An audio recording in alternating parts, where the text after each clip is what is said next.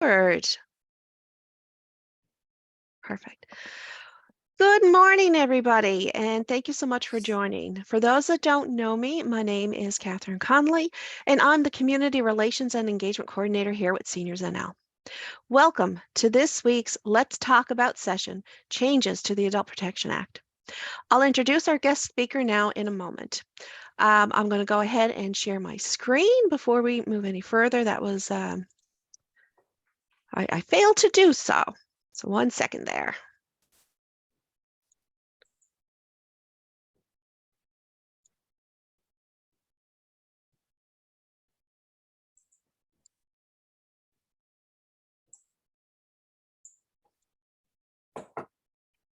There we go. Can everybody see my screen?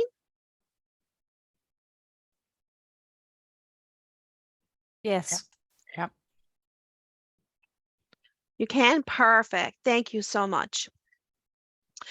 So I'd like to just add that sign language interpretation for our Let's Talk sessions are supported by the Disability Policy Office, Department of Seniors, Youth and Social Development, to whom we are very grateful. Before we go ahead and begin, there's just some brief housekeeping tips. Please mute your microphone. There's closed captioning at the bottom of the screen. Please place your questions and comments in the chat. This session is being recorded.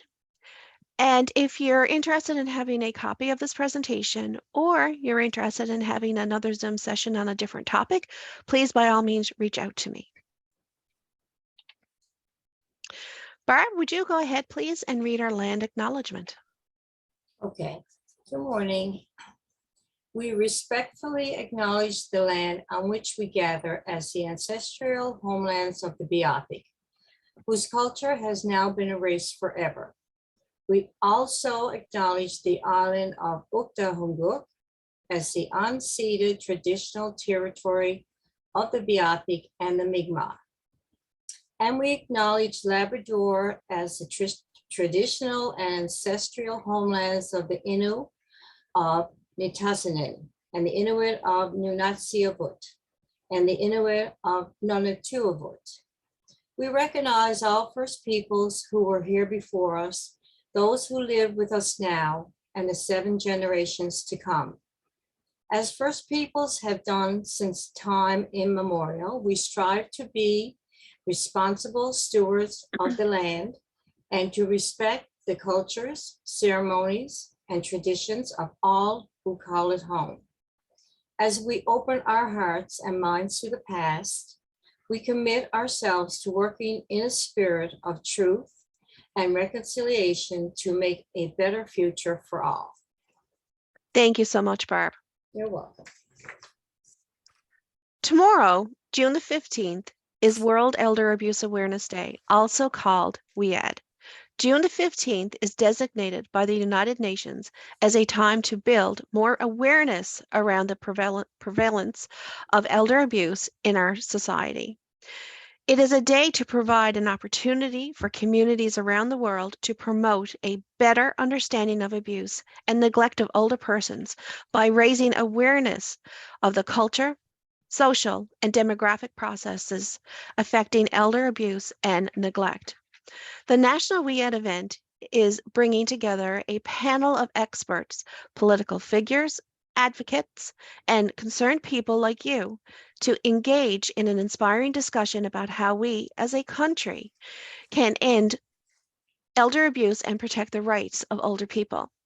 The panel members will share their roles and experience, sparking social change to advocate for seniors' rights and combat ageism in all facets of society.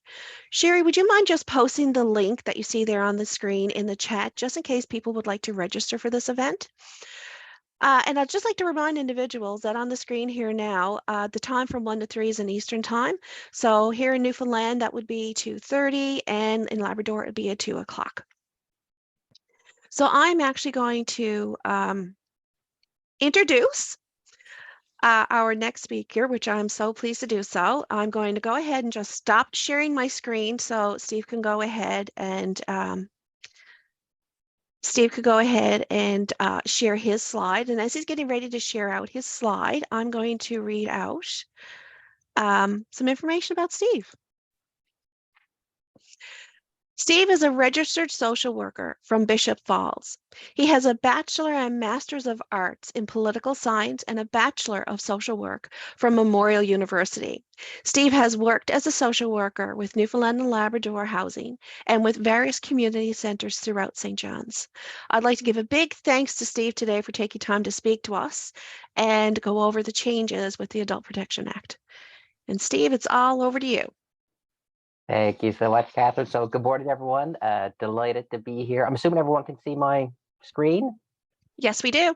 Awesome, thanks. Good morning, everyone. Delighted to be here. Thank you to you folks for having me this morning, and thanks to everyone for joining. As Catherine mentioned, my name is Steve Ross. I'm a registered social worker and a policy and program development specialist with the Department of Children, Seniors, and Social Development. And I'm here today, folks, to discuss the changes to the Adult Protection Act. So folks attending the session today might be aware that we did complete a 5-year review of the Act back in 2020. And then some updates to the Act were actually passed in 2021. And those updates were officially proclaimed in December of 2022. So we've been busy rolling out some training and education on the updates since then. Thought this was a great opportunity to come and discuss the changes to the Act and provide some opportunities for questions and discussion. So I guess a couple of things to note in the beginning. Should note that here in the intro that while there are a number of areas of change that we're going to highlight in the discussion today, I think as a whole, I would emphasize, I think the nature of the updates, very much a continuation of the spirit of the previous Act, in that the updates are intended to both, we would say, enhance the rights of adults who are involved in the adult protection process, as well as strengthen protections for adults who may be in need of protective intervention. So that the changes are really intended to kind of ensure that we kind of continue to protect folks who are in need of protective intervention while upholding their autonomy to the greatest extent possible throughout the process. So, and that really extends from a core, we would say, from a core feature of the Act, in that, I mean, this is an act that when used to the fullest extent, it is considered to be very intrusive and very restrictive. So with that, of course, comes great responsibility to ensure that we are respecting the rights of adults involved in the process to the greatest extent possible, and doing so regardless of a person's age or their life context. So should note as well, folks, that while many of the changes that we're going to cover today are focused on a lot of, say, court orders and legal processes under the Act, would note that the overwhelming majority of cases in adult protection are concluded well before these areas of the Act are engaged. We often say the adult protection process is very much a front-loaded process, in that great efforts are always made to ensure that those more intrusive elements of the Act are not engaged, and that supports and services are provided where appropriate. So while I'll be covering some more legal-centered updates, would emphasize that the spirit of the process and practice is very much the same in respect to the previous Act. In terms of the agenda, hoping to provide a pretty comprehensive snapshot of the updates to the Act. So to get us started, just going to provide a brief overview of the Act, as well as the service principles that kind of form the foundation of the practice. I'm briefly going to walk down through how the adult protection process works. So we'll discuss the report, evaluation, investigation processes that are used under the Act. And then the remainder of the session is going to focus on the updates to the Act. So we're going to provide a brief introduction to the changes, provide an overview of some key changes to the Act. And there have also been some updates to regulations and policies that we want to highlight. And that includes some regulatory requirements, as well related to documentation and even capacity assessment. So this group may be aware that under the Act, we utilize a formal interdisciplinary process. We're required to make determinations around a person's capacity. So going to discuss that process and provide an overview of the related regulations. So, and then we're going to clue up with some questions and discussion. Perfect. So folks, to get us started, just going to walk down through a brief overview of adult protection. So the overall purpose of the Act, folks, is to protect the adult residents of Newfoundland and Labrador who are at risk of abuse, neglect, or self-neglect, and who do not understand or appreciate that risk. So that language around of understand and appreciate is key, as here we're referring to the concept of capacity. So that would be central data protection, and very much along with risk, very much guides the application of the Act. We'll also note that here that this kind of speaks to the scope of the Act as well. So abuse and neglect are obviously significant social issues, certainly across a variety of contexts. So would emphasize, of course, though, in the beginning that this Act would only apply to adults who do not understand or appreciate the risks. The Act is the legislative authority for the delivery of services to adults in need of protective intervention. So that would mean that any court orders or service plans or any interventions for adults in need of protective intervention are done in accordance to the Act and the principles on which it is based. Also must be aware, folks, we always highlight this in the beginning, that the Act does contain a mandatory reporting requirement. That is, there is a legal obligation to report abuse, neglect, and self-neglect where a person may not understand or appreciate that risk. So a report can be received by a health authority, social worker, manager, director, or peace officer. And that 1-855 number there on the screen, so that is a provincial toll-free number. It can be called from anywhere in North America, and that number will take you to the intake of your health authority, who will take that information and screen the report and then determine whether an evaluation is merited. Another introductory note to highlight is that the Act is actually operationalized through the Provincial Health Authority, and it's actually administered by the Department of Children, Seniors, and Social Development. So that would mean that we're going to talk about the adult protection process. That means any reports, evaluations, and investigations, they take place at the health authority level, while the Department of Children, Seniors, and Social Development is responsible for the administrative functioning of the Act. So that would include any policy and procedure development, and as well as the monitoring and evaluation of the Act. Would note as well that the provincial director position, which actually sits here in a CSSD, can also perform a decision maker function. So in the event that all options to mitigate risk have been exhausted, and a decision maker, we would say a decision maker of last resort, is needed to mitigate risk, an application can be made to court to declare an adult to be in need of protective intervention, and the provincial director can be named to make decisions in the areas where an adult has actually been determined to lack capacity. So in addition to that provincial director, there are 4 regional directors of adult protection located across throughout the province. And those regional directors also have responsibilities for the community support program in the health authority. So, and what also, finally, folks, always important to note that we often say that this is an act of last resort. That is, we are mandated under the Act to always seek out opportunities to take less intrusive steps to support folks. And that's really in recognition that the Act, if used to its fullest extent, can be extremely intrusive. So, and relatedly, we would say that this is an Act that provides social workers, directors, immense powers to intervene under the Act, particularly through investigations or court actions. So those tools would only be used where absolutely necessary and in the least intrusive and restrictive manner. So staff practicing under the Act are always mindful and aware of how the process can infringe on a person's rights. So always helpful to kind of highlight that in the beginning. And that's also a good segue into highlighting the service principles under the Act. So there are 8 service principles included in the Act. 7 of the principles are actually from the previous Act, and there is actually a new service principle that's been included. And we often say these principles are important, folks, as they very much kind of form the foundation for the work that takes place under the Act. So I'm just going to walk down through some of these briefly. So number 1 there, every adult has the right to live the lifestyle of their choice. So that principle comes up throughout the adult protection process. But important to note that, of course, all adults have that right to live their lifestyle of their choosing. So the concepts, we would say, of self-determination and autonomy, of course, come up quite a bit in adult protection, as many reports, of course, will be received around adults who may be living with risk and could be, for example, refusing supportive services. While efforts can be made to offer supportive services to folks who are in need of in need of protective intervention, those services in many instances would be voluntary. So if an adult does not meet the criteria. So while the goal is always to support folks under the Act is also mindful of that idea around that of adults having that right to live at risk. The best interests of the adult must be at the center of all interventions. So the best interests in adult protection are generally considered to be the best approach to mitigate the assessed risk. Determining whether a service or a program or a particular part of a process is in an adult's best interest does require, we would say, a pretty thorough evaluation.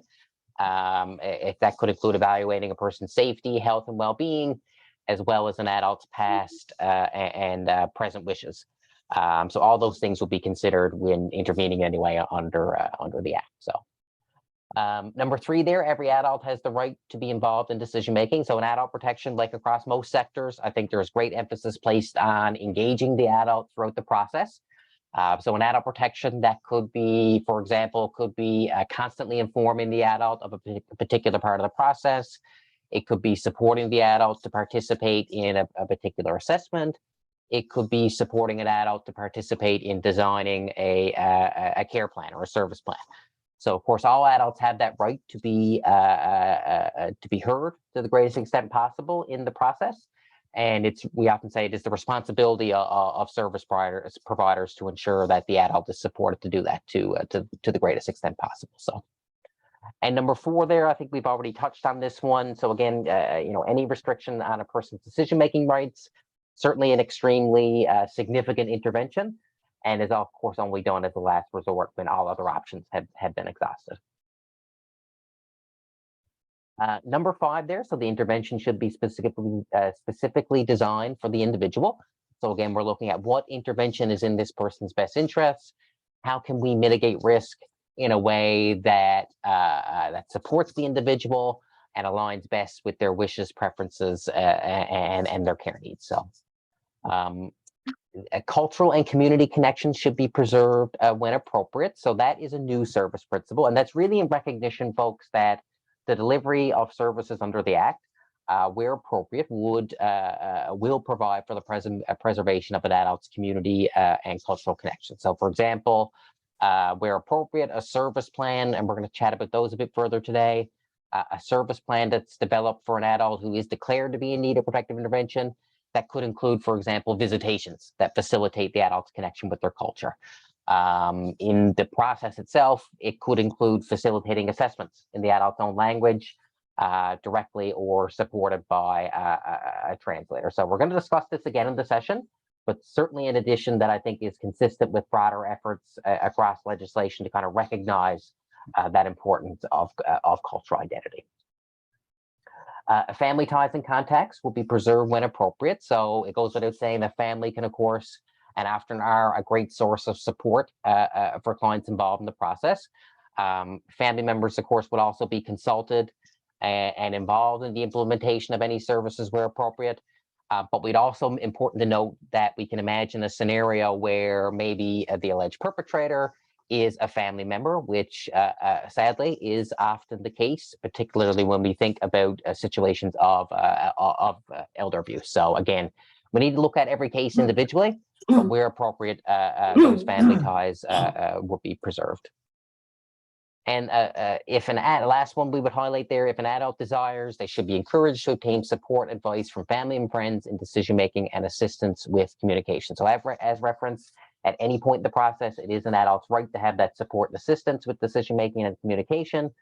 And so again, that could, an example that could be having a spokesperson present to support communication in a capacity assessment, or again, to support an adult's understanding of a particular part of the adult protection process. So I think as a whole, folks, we very much highlight these service principles, very much embedded in the kind of the day-to-day work under the Act, and are very much sort of the foundation for a lot of the work that takes place under the Act. So that's some general background on the Act, folks. So just now going to jump in and include a few remarks on the process. So as folks might be aware, in adult protection, we do have a 3-step process that's used to identify adults who may be in need of protective intervention. So I can kind of walk down through this process briefly. So as mentioned, we all have that legal duty to report. And a report, of course, will be received by a health authority, social worker, a manager, or a peace officer.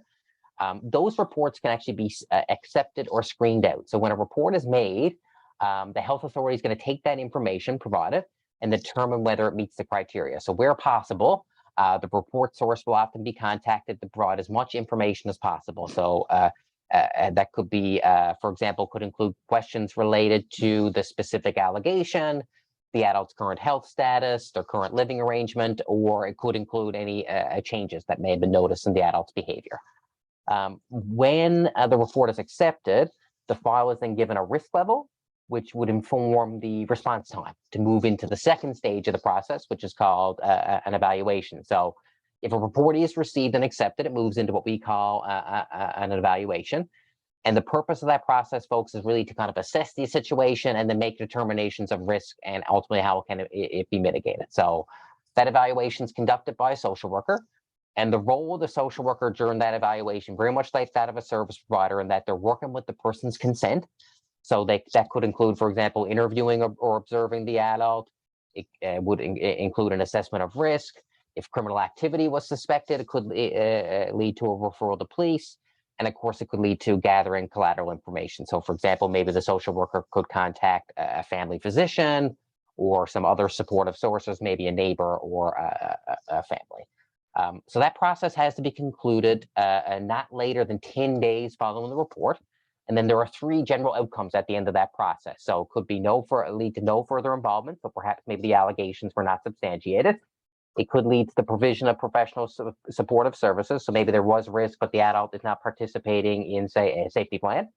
Or the region could proceed with an investigation. So if for any reason, though, the risk is not mitigated in those 10 days and or the consent of the adult cannot be obtained, and there are concerns that the adult may be at risk, we would proceed to what is called the investigation. And the investigation, folks, is very similar to the evaluation. However, a key difference here is that we're operating without the person's consent. So the role of the social worker remains very much the same. You will be continuing to assess risk, referring to police if criminal activity is suspected, interviewing, observing the adult. It could lead to the coordination of a formal capacity assessment, which I'm going to touch on later. And then following that process, there are again 3 general outcomes.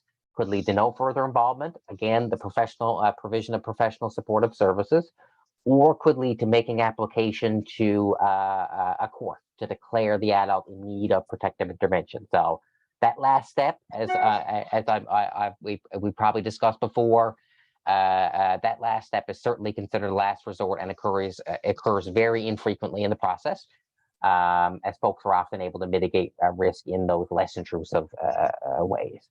However, in the event that all the options have been exhausted and no other options remain, an application can be made to have a director appointed to make decisions in those specific area of risk. And again, happens very infrequently. And then in the event if an adult is declared to be in need of protective intervention, that would initiate a 4th step of the process, which will be review. So when an adult is declared, a service plan or essentially a care plan is developed for that adult. The plan is then reviewed every 6 months, and the act also has a legislated review committee process that meets yearly to review all those plans. And that process is really important, folks, because it not only provides an opportunity to revisit those plans, but they're also designed in recognition that someone's capacity can really change. So the process provides an opportunity to kind of review those plans and then potentially revisit a person's capacity if necessary. So that's a legislative process that it does describe, and each stage has a number of procedures that are followed to support adults.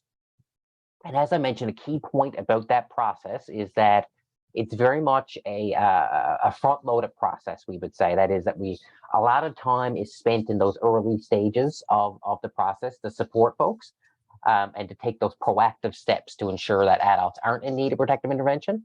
And that's really reflected in a lot of our stats. So in that the vast majority of cases do not move past that evaluation stage, which again is very much a testament of the work done by social workers on the ground, as well as other stakeholders in ensuring that those supports and services are provided where required. So that's the process in a nutshell. But as we noted, the department did complete a 5-year review of the legislation back in February 2020.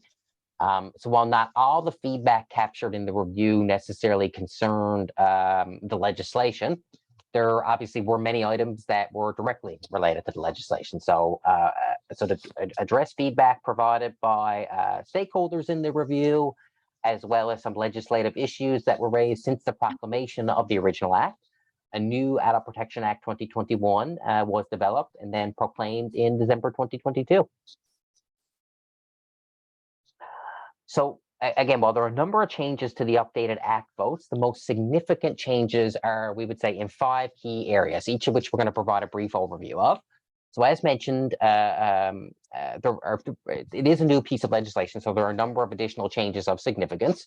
But given our timeline today, not all of those changes are going to be covered, but I very much encourage everyone to go to our website and review the Act, the regulations, as well as our updated policy manual. But some of the areas we are going to cover will be, we're going to chat about our enhanced procedural protections, our enhanced cultural sensitivity, the establishment of temporary orders, reformed emergency interventions, and reformed declaration orders.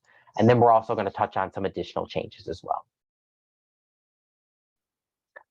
So the first area change to highlight are those procedural protections. So both the 5-year review as well as some of the case experiences that we had since the act was proclaimed really highlighted the need to kind of continue to enhance the rights of adults involved in the process. So to achieve that, a number of changes have been implemented. So some of those changes include, we now have 30-day timelines on our investigations.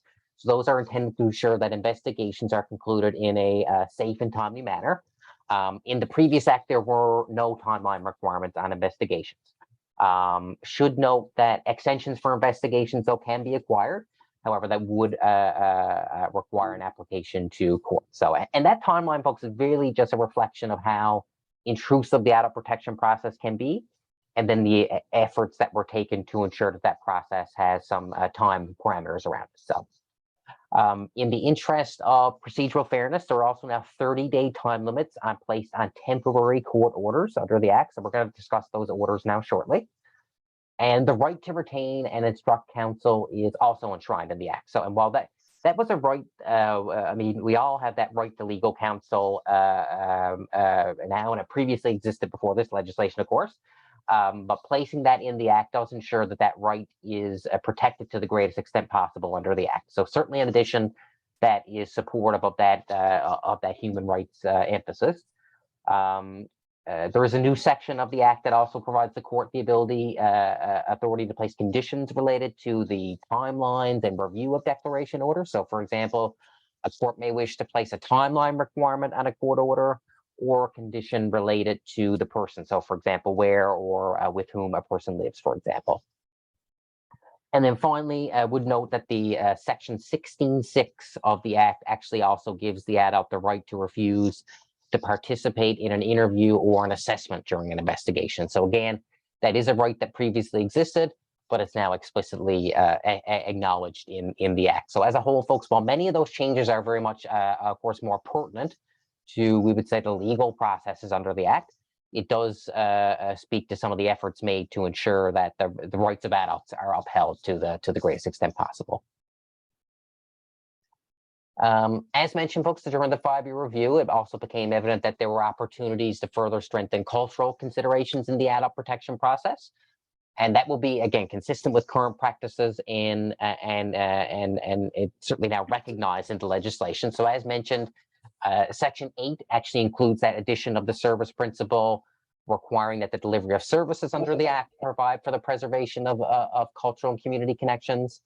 And would say that while cultural considerations are already a key component of adult protection practice, that addition, of course, still really ensures that it's really embedded in the legislation. Regulations also now require cultural considerations to be included in service plans developed for adults who might be declared in need of protective intervention. So again, that is intended to ensure that those cultural considerations are incorporated into any safety planning processes for adults under those orders. So both of those changes, folks, really intend to reaffirm the importance of cultural sensitivity when intervening under the Act, and are certainly updates I think have been supported by all stakeholders. Temporary order. So these are perhaps the largest addition to the Act, folks. And I guess just for some context, so the previous Act included what we called orders to investigate. So those orders provided authority for a social worker to take steps to essentially facilitate an investigation under the Act. So for example, those orders could require an adult to participate in an assessment or produce particular documents or records, for example. Over time, it became apparent that section didn't always clearly provide for orders to protect an adult during an investigation. And that often resulted in some gaps for clients, both during investigations and while waiting some other court processes under the Act. So, and that was extremely challenging, particularly where there were risks and there were challenges in responding to those risks. So temporary orders had been developed and now give authority to grant orders to protect an adult during an investigation and through to a declaration order if needed. So the scope of that authority includes a lot of the pieces are similar to the previous Act. So it could be an order requiring a person to undergo a medical assessment. It could be an order requiring a person to undergo a capacity assessment. But there's also an ability now to protect the adult or their assets during that order. So, for example, there could be an order that would appoint a guardian to manage the person's finances. It could be an order placing the adult under the supervision of a director. It could be an order that appoints a person to make decisions in areas where the adult actually lacks capacity. So, and again, back to the spirit that we've been kind of touching on as well, given how intrusive those steps are, updates also include a range of addition to ensure the process is fair for the adult. So there are now notice requirements for the adult, hearing requirements, as well as I mentioned, 30-day time limits on those orders. So the intention, again, for these orders, folks, is really to support some enhanced and provide those enhanced protections for adults who might be at risk, as well as ensure at the same time that those adults are involved in the process and have their rights supported to the greatest extent possible. So again, not a process that is required I mean, it's not required in the overwhelming majority of cases. However, it is an addition that I think is certainly supportive of protecting adults who are at risk of abuse and neglect and self-neglect. And I mean, certainly a recognized gap. And I think a lot of our colleagues and stakeholders were certainly supportive of this important addition. So, emergency intervention. So there have been some updates to that area of the Act as well. So for some context, under the Act, folks, there is an ability to remove an adult to a place of safety when harm is imminent and there are no less intrusive options available. So for example, there could be a scenario where an adult who is in need of protective intervention requires immediate medical attention. Could be due to severe dehydration, severe malnutrition, or other related risks. And that section, again, folks, as you can appreciate, very much a last resort option and only used when, of course, harm is imminent and there's no other options available. Under the previous Act, we were required that 2 days following that process, we were actually back to make an application to declare the adult to be in need of protective intervention. That the 5-year review and a lot of our case experiences really spoke to that, really highlighted that requirement was not really operationally realistic, we would say. And it was certainly, we felt, contrary to the requirement of being, we would say, least intrusive and restrictive. So the updated Act actually now requires that a director is back to seek a temporary order following one of those interventions. And so that change is intended to provide time to do some further investigation, do some further problem solving, and avoid some of those more long-term intrusive declaration orders that we've been referring to. So again, while a very much a rarely used section of the Act, but again, a change I think has been certainly welcomed across stakeholders. And finally, folks, there had been also changes to declaration orders under the Act. So as noted, when all other options have been exhausted, there is an ability to make an application to declare an adult to be in need of protective intervention. So the orders in the previous Act really focused on placing an adult in the care and custody of the provincial director, and often focused on where an adult resided, and it often didn't reflect, we would say, the complexities of some of these cases. And nor did it really contemplate the specific areas where an adult may lack capacity. So, for example, in adult protection, it's often understood that an adult may have capacity in respect to their residential decisions, for example, however, may not in respect to their financial decisions. So it is recognized that a person's capacity and decision-making ability can ultimately vary from depending on the decision at hand. So the updated Act actually includes new declaration orders that are intended to be more flexible and attentive to the needs of the adult. So certainly intended to be, we would say, a shift away from the care and custody of adults, and more of a focus, we would say, on a person's decision-making ability and intervening only in areas where there is risk and the adult lacks capacity. So again, like some of the other pieces I've touched on, very much not a commonly used area of the Act, but certainly a change that is consistent with some of the other themes that we've been touching on. In addition to those key changes, folks, just going to highlight some other additional changes of significance. So first, the definition of an adult in need of protective intervention. So as mentioned, big concept in adult protection is that concept of decision-specific capacity. Again, that idea that capacity can exist in respect to one area or one decision, but not another. So, for example, an adult may have the ability to make some personal healthcare decisions and maybe not some financial decisions. And that's a big change because previously capacity was kind of thought of from this global perspective. That is, you're either globally competent or not. And given that conceptual shift, the definition of an adult in need of protective intervention has also been adjusted. So the definition now would state that an adult in need of protective intervention is an adult who lacks capacity with respect to one or more of their healthcare, physical, emotional, psychological, financial, legal, residential, or social needs. And with respect to the area in which the adult lacks capacity, is either incapable of caring for themselves or who refuses, delays, or is unable to make provision for adequate care and attention for themselves, or is abused and neglected. So it's still a lack of capacity aligned with abuse, neglect, and self-neglect. Those are still key features of the Act, of course. However, the definition has been revised to be more reflective of the practice. That is, that a person can be capable in respect to some decisions and not others. 4 other areas I'm just going to highlight. The consent of an adult in an evaluation. As alluded to earlier, we do seek and are required to seek the consent of an adult to proceed with an evaluation. And I think a common question that often comes up with that one, of course, is, why are we seeking consent from a person who may not have capacity, for example? And I think we have 2 general pieces that related to that. We always say that we have to firstly reflect on the idea of capacity for what? As consent to an evaluation, we would say very much a specific decision that is considered in and of itself.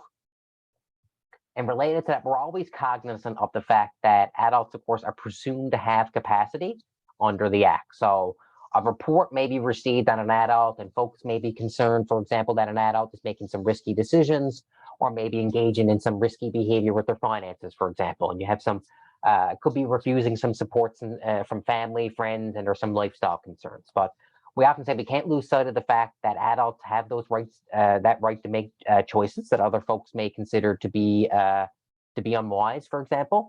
And we often say that we're really starting from the point with the presumption that the adult is capable of doing so. And ultimately, if the adult is not able to consent to an evaluation, or it's suspected that they may be an adult in need of protective intervention, the case will proceed to an investigation. So, just briefly, we also adjustments to evaluation timelines. As folks may be aware, under the previous Act, an evaluation was required to be completed not later than 5 days after receiving the report. And there's actually a risk continuum that kind of guides the risk level and response time in relation to that report and evaluation. The updated legislation maintains that response requirement of 5 days. However, the change requires an evaluation to be completed within 10 days.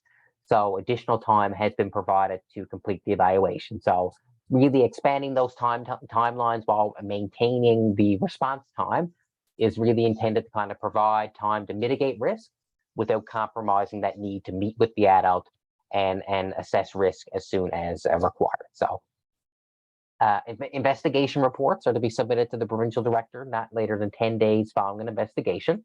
So that's actually a piece in the updated act now. And there are also updates to the provincial policy manual. So a number of items have been included in that updated manual.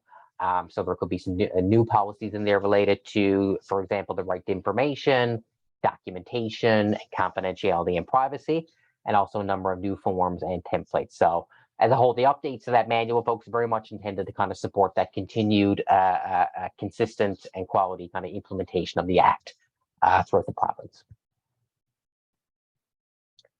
And I'm cognizant of the time, folks. Want to have time for some questions at the end, but just want to briefly highlight, we actually have some regulatory changes as well in 5 key areas. Many of these are more administrative, however, I can briefly walk through these. So the 5 areas will be a definition of a healthcare professional, formal capacity assessment, documentation, service planning, and the review of information requests. So the definition of a healthcare professional, so that definition is essentially the same as the definition that's included in the province's Advanced Healthcare Directives Act. And that definition would only apply to professionals that can perform a medical assessment under those temporary court orders I referred to. Again, so for example, an order could be sought to require an adult to participate in a medical assessment. And that list would include all professions licensed or registered under an act of the province to provide that care. So that definition certainly provides clarity on that provision of the act. The regulations also now include an expanded section related to formal capacity assessment. So folks joining today may be aware that we use an interdisciplinary formal assessment process in adult protection to determine capacity. So in that process, identified health professionals, we would say kind of collectively contribute their skills to inform a clinical conclusion of an adult's capacity. So the previous regulations around formal assessments primarily concerned the persons that could perform assessments under the Act. And then in naming the disciplines, it alluded to the assessment being conducted by an interdisciplinary team. So the updated Act actually provides for regulations now on capacity, more additional regs, so more beyond just the who, and now more, we would say, the how of the formal assessment. So the purpose of that was to take a process that existed and in policy and place that in regulation. So in terms of the content of that, really very much mirrors the process that was already in place. So in line with the practice, the assessment is going to be coordinated by a social worker and initiated when determined to be necessary by a social worker. The regulations require, again, the interdisciplinary assessment process. The approved professionals who can participate in the assessment remains the same. We actually added behavior management specialists to that list. And the regulations also speak to the social worker requesting professional assessments to inform that team approach. However, there is flexibility to use previously completed assessments as well. And again, like the current practice, those assessments are required to focus on decision-specific capacity. So while the changes very much mirror the process that has already existed since the Act took effect, great to see that process formally recognized in regulation to support the work. Briefly, regulations have also been developed to further standardize documentation and adult protection. The most significant change there is related to a requirement to document and manage adult protection information in a separate a file from a person's clinical health information. So the overall purpose of that change, folks, is really just to ensure a consistent confidentiality and sort of the full protection from a privacy perspective of adult protection information. The regulations also include updated requirements for service plans. So as mentioned, when an adult is declared to be in need of protective intervention, a service plan is developed. And again, that's essentially like a care plan to sort of support the adult. And the regulations include requirements for that plan. So there have been 3 new additions to that. Number one, as mentioned, of course, the cultural and community considerations are now a required component. There's also now a component relating to providing a description of how the adult was engaged in the development of the service plan, as well as how the adult's preferences and wishes have been incorporated into that plan as well. And finally, a new requirement will be the outline of any clinical interventions that will be utilized to mitigate any risks. So again, that provision is intended to provide clarity in the application of the plan and any related terms and conditions that could come with the plan. So for example, where an adult might live or any supports or services that are being received. And finally, last regulatory update, folks, relates to the review of information requests. So these regulations are intended to guide the review of information request denials under the Act. So that would apply, for example, if someone requested access to adult protection information, was denied that information, and felt that a review of that denial was applicable. So the regulations now actually include provisions that outline the process. The review process including the information that can be reviewed, as well as related timeline requirements. So the purpose of that addition, folks, very much is just to enhance fairness in the information request process, which is certainly consistent with information request processes under other pieces of legislation in the province. So. And that is the end of the session, folks. I know it's a lot of material on the changes, so appreciate that's a lot of information, but certainly happy to answer any questions. I see that the chat is there. I can certainly open that, or if Catherine, if you wanted to read out some questions as well. Okay, yeah, thank you so much, Steve. There was a lot of information there, and Yes. speaking personally for myself, the session is recorded, and I will definitely be going back to review everything again to absorb all the changes and all the information.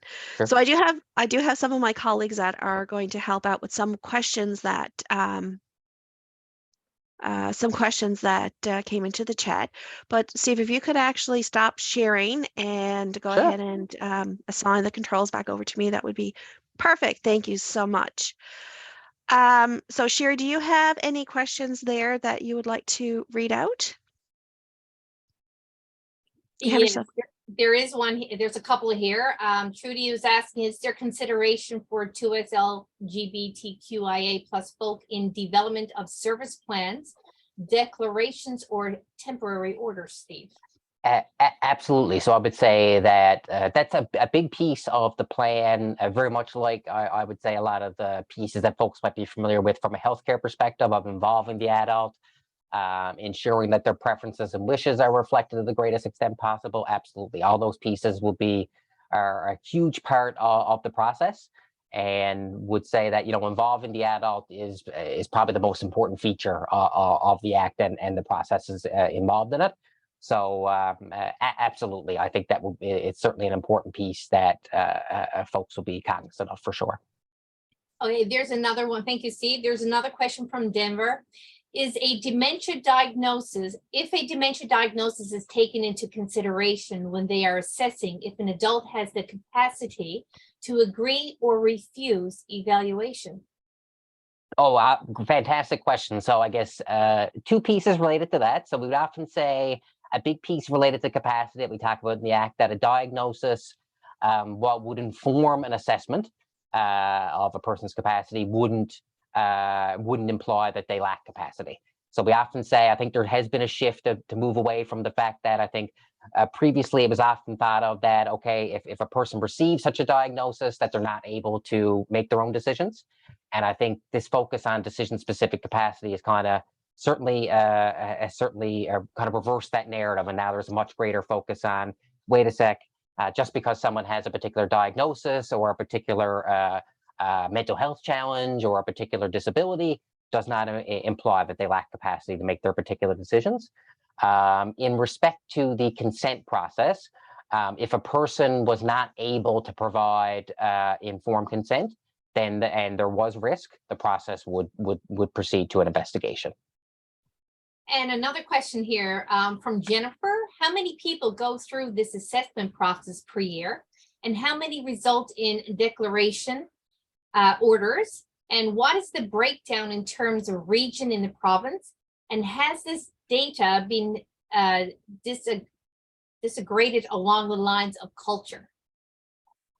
Interest. There's a lot. I'm see if I can pull that one up in the chat as well, because I know there's a lot of questions there. In terms of going through the assessment process, so I can say I believe in the first 5 years we had over 40 formal assessments. And I would note that since that process, since the 5-year review, I don't have the exact stats in front of me, but would say anecdotally that it's continuing on a similar trend. Would note that oftentimes a big piece related to capacity assessments, even though there's a great focus on capacity and adult protection, that we would say is that we should only really be doing a capacity assessment if we really have to, particularly given the severity of the outcome. So oftentimes, if folks are able to support an adult or put in supportive services without having to go down that road, that is the preferred option. And related to that, we would often say that there really should be a valid trigger to proceed with that assessment. That is, there should be some risk and there should be some reasonable effort to resolve that risk in a less intrusive way before proceeding with something as intrusive as a capacity assessment. So so in terms of, I don't have the exact stats in front of me, but it's a great question, but would certainly say that it's certainly not in the majority of the cases that people go through the assessment process. Would note in terms of declaration orders, very similarly, the overwhelming majority of cases have not proceeded down that road, and I would say that there's certainly been less than, I would say, 15 adults that have been declared in the throughout the course of the act. And this act actually came into place in 2014, so certainly not something that's used quite often. In terms of the breakdown, in terms of the region in the province, so the vast number of reports, as folks can appreciate, are received in the eastern and particularly the metro area. So I believe over half of our reports actually come in the eastern region. And in terms of related numbers, I would say that we've had, we get approximately between 100 and 120 reports per quarter. And approximately, I mean, these are ongoing changing stats, would say that approximately 20 to 30% of those proceed to investigation. In terms of disaggregating the data, that's a really great question. I know we do break down, we've got some great data that we are able to collect. We do break it down by gender. We also collect data related to, for example, the location of reports. It could be, and we also have data related to the types of abuse and allegations that we see. So, for example, self-neglect and neglect actually represent over 40% of our total number of cases as well. So we do collect lots of data. Your specific inquiry related to culture, I'd had to go back and double check that one. I don't believe we do, but certainly that will be able to come through in any time that folks are reviewing any specific files, we would say. So, but perhaps not necessarily reflected in the actual data collection process we have. Yeah, so I know it's probably a long-winded answer, but I hope that kind of sheds some light on the general profile of the process. So. Steve, also Jennifer had asked, I think you did speak on this, is the data broken down in terms of gender? Yes. So we do collect it by gender, and I'd have to go back and look at our stats, but I almost want to say that approximately it's a historically, and that trend's been pretty kind of typical over time, has been that a relatively even, but a slightly more in terms of, I believe it was around 55% of reports are made related to female identifying folks. So, yeah. There's one more. Jennifer, again, she said, this question is unfair, quote, but what are your thoughts about lowering these numbers? And where do most of your referrals come from? Professional, families, or members of others? That was from Jean. Great question. So in terms of where most of the referrals come, the vast majority of referrals are actually coming from the community. which is positive to see, I would say, in the sense that certainly there's been a lot of public awareness around the Act and lots of work being done by groups like Seniors NL, and we were chatting about the session coming up on Thursday. So I think that's been helpful in terms of where the majority of referrals do come from community members. Of course, in some instances, a lot of those can be confidential, so they'd be listed as a confidential referral as well. But we would get reports as well from many healthcare professionals, family members, and certainly law enforcement as well. So well, I think the majority will come from community members, but we certainly do get those other report sources as well. In terms of our thoughts about lowering the numbers, I would note that the process is intended, where appropriate, to prevent naturally further abuse, neglect, and self-neglect where appropriate. So the process is sort of, I guess, intended to do that. But in many instances, the Act, we do get many reports where the person wouldn't meet the criteria. So perhaps in many instances, the person is found to have capacity, or in some instances, the allegations aren't substantiated. But certainly the Act is intended to ideally lower those numbers.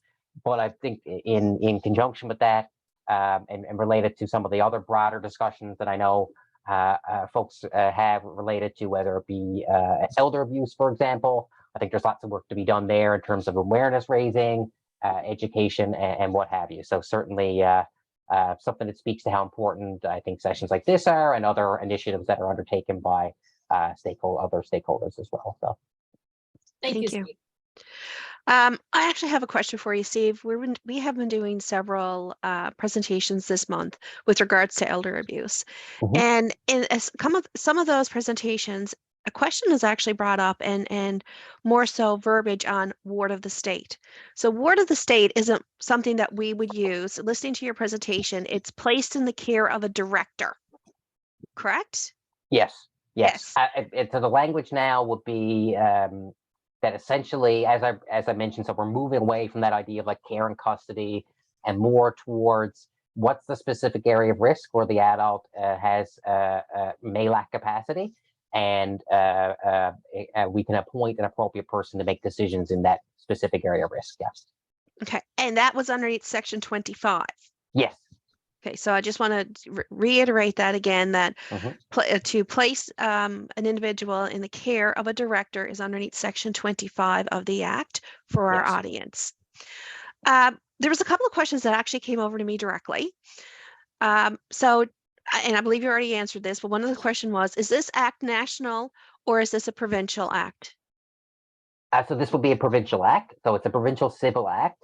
Nationally, of course, you would have pieces like the criminal code and pieces of that nature, but no, this is a provincial piece of legislation.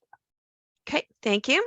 Second question that came directly over to me was, can you share any information, resources, or suggestions of additional support and services that could assist others working and caring for vulnerable adults who others may feel they're at risk, but they don't meet the APA Act mandate?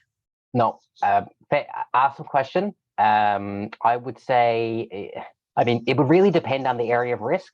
So, for example, naturally, there's service and resources available for folks experiencing whether it be intimate partner violence or housing and homelessness or any other service barriers. So depending on that specific area of risk, I would think that the answer might be relatively unique to that particular space. Would say that though, you know, whenever there's potential for abuse and neglect, certainly would encourage folks to reach out to law enforcement from a criminal perspective, and certainly making an adult protection report where appropriate. So we often say to folks that it wouldn't be a report source's responsibility to assess a person's capacity. That would be the job of the folks taking the report. So certainly would emphasize that legal obligation report. But in the event they would have capacity, I think, again, it really would depend on that specific area of risk. I think in many instances, particularly say in instances of financial abuse or related pieces in a family, I would certainly encourage participants to think about legal services for folks. I think I'm certainly, it comes up oftentimes. I know, Catherine, you mentioned this, the idea of like the ward of a state type conversation. I think naturally that intersects with a lot of conversations related to advanced planning, in the sense of, whether it be powers of attorney, healthcare directives, wills. Those are all tools that I think people can avail of to protect themselves and support decision making over the lifespan, really. I think, as I alluded to, I think public education and public awareness is really important. Encouraging people to recognize the signs of abuse and neglect. Whether it's campaigns, I know previous ones such as It's Not Right, or Respect Aging here in the province, or the work undertaken by, say, different various networks for the prevention of elder abuse. I think keeping that conversation going is certainly critical. Certainly elder mediation, I think, has the potential to be certainly a very powerful tool for supporting work at the family level, and sometimes even just outreach at the community level, folks. Like, I think sometimes, particularly for folks who maybe there might be some barriers to services, I think relationship building is certainly a key to providing supportive services, and obviously people have that right to live at risk. But I also think there's some excellent opportunities for outreach and certainly some fantastic service providers that do that work in the province. So appreciate that's not a holistic answer. I know I touched on a number of things there, but Yeah. I would certainly say abuse and neglect are certainly pretty broad social problems. But hopefully some of those pieces are helpful when kind of thinking about that particular issue. So They are very helpful. We've actually reached the end of our session, and I Catherine? think that, yes, Sorry, there is another question in chat there from Jean-Marc. okay. He asks, does cultural and community connections involve the language spoken by the adult? It certainly could, yeah. So, for example, if, for example, a person was conducting an assessment and a person didn't perhaps spoke a different language, for example, then folks would make great efforts to ensure that appropriate services are provided to conduct that assessment. Similarly to, for example, it could be a provision of interpretation services. There could be a number of supports and services. I think that's a key feature of the Act, is to ensure that, I would say, that communication, that adults are heard to the greatest extent possible, and that a person's communication is not mistaken, for example, for a lack of capacity. So I would say that that's a key feature of the process, and an awesome question. And it could certainly be, we often say that certainly a key feature when we think about not just our Indigenous partners, but of course our newcomer population in the province as well. I think those are key pieces that have always been part of the process, but certainly great to see it more formally recognized in the Act. So, Thank you again so much, Steve. I think this is a great conversation, and I can see additional Zoom meetings of this nature for even questions and answers, and go over specifics with the Act itself coming for the excellent. fall of the year. Steve, we're gonna do some talking together, I think. For sure, happy to be back. On the screen itself, I did place the event again. It's going on tomorrow. The URL is there. If Sherry, if you could just copy it again and post it in the chat, that would be fantastic. And that is the end of our session today. And I hope everybody on the call found this informative. I know myself, I did. So much information. The recording will be posted on our YouTube channel, and I will email that link out when it is ready. And please stay tuned for future Zoom sessions from Seniors NL this fall. I thank you so much, everybody, for joining today. It was a fantastic conversation and information sharing today. Thank you. Have a great day, everybody. Thanks, folks. Bye.